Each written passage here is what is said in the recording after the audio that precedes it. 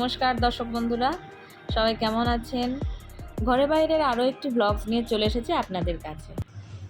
আজ হচ্ছে জামাই ষষ্ঠী, সেই জন্য সকালবেলায় ভারী কিছু না খেয়ে হালকা একটু টিফিন করে আমার বর যাবে তার শ্বশুর বাড়ি। গরম গরম চা করে নিলাম। আর গতকাল রাতে কিছু কুচো নিমকি আর বড় নিমকি বানিয়েছিলাম, সেই ভিডিওটাও শেয়ার করবো আপনাদের সাথে, তবে তার জন্য ভিডিওটি লাস্ট অবধি দেখতে হবে। এই দেখো কি বানিয়েছি। বাহ, নিমকি কাল রাতে বানিয়েছি। বাহ, দারুণ দেখাচ্ছে। খাস্তা হয়েছে নাকি দেখো তো। ভালো হয়েছে। অবস্থা দেখুন, ঘুমই ছাড়ছে না বিরানি। এই মা, মারে যাবে না মামা বাড়ি? হ্যাঁ, তাকাও তাকাও, মামা বাড়ি যাবে না? যাবো। এই হলো আমার বিরিয়ানির সকালের টিফিন। 3টে ব্রিটানিয়া বিস্কুট আর দুধ, এটাই ও খায় প্রতিদিন সকালবেলায়। আর কোথাও যাওয়ার থাকলে রনির এই এক কনফিউশন, কি পরবো, জামা না পাঞ্জাবি। যাই হোক, সব বেছে বুঝে এগুলোই ঠিক করলাম। আর মায়ের জন্য এই শাড়িটা কিনেছি, কালারটা বেশ ভালোই লাগলো। চলে এসেছি।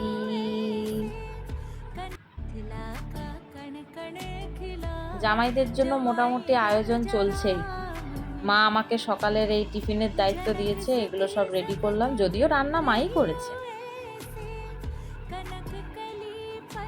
দুই জামাই বরণ করা চলছে, এটা ছোট জামাই, আর অনেকে তো আপনারা চেনেনই। বরণ শেষে গিফট দেওয়া, সে এক আলাদাই আনন্দ। এই অম্বিতার বাবাকে খাইয়ে দিচ্ছে। এই গরমকালে বাড়ির পাশ দিয়ে আইসক্রিম গেলে বাচ্চাদের জন্য এক আলাদাই আনন্দ। তবে গরমকালে এই জল আইসক্রিমগুলো বেশি ভালো লাগে, হ্যাঁ না? এই চকোবার ওগুলো সন্ধ্যার টাইমে ঠিক আছে, সকালবেলায় রোদের মধ্যে এই আইসক্রিমটা পেলে মনে হয় যেন জীবন জুড়লো। কাকিমা, মা, সবাইকে দিলাম।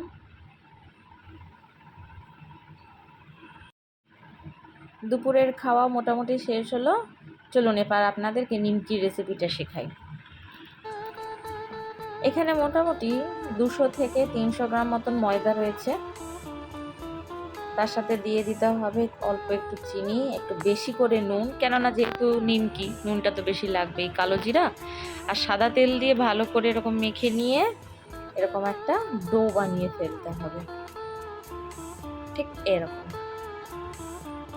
এরপরে কি করব, সেই ডো থেকে এরকম লুচির মতন, ঠিক লুচি যেরকম সাইজে আপনারা বানান সেই রকম লেচি কেটে নেবেন। তারপর সেই লেচিগুলোকে ময়দা দিয়ে, আবার অনেকে তেল দিয়ে বেলে, তেল দিয়ে অবশ্য এতটা পাতলা করা সম্ভব হবে না, তখন কি স্টিকি হয়ে যায়, সেই জন্য ময়দা দিয়ে এইভাবে বেলে নেবেন, একদম পাতলা ট্রান্সপারেন্ট, এদিক ওদিক দেখা যাবে। তারপর এরকম একটা কাটা চামচ দিয়ে গোটাটা এরকম ফুটো ফুটো ফুটো ফুটো করে দেবেন।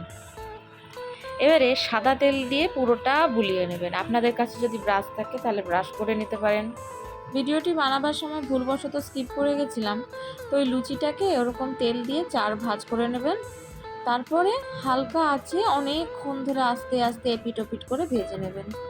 এই আমার ছোট্ট রান্নাঘর, নিমকি রেডি। আমার এই রেসিপিটি যদি আপনাদের ভালো লেগে থাকে তাহলে চ্যানেলটি সাবস্ক্রাইব করে দেওয়ার অনুরোধ রইল।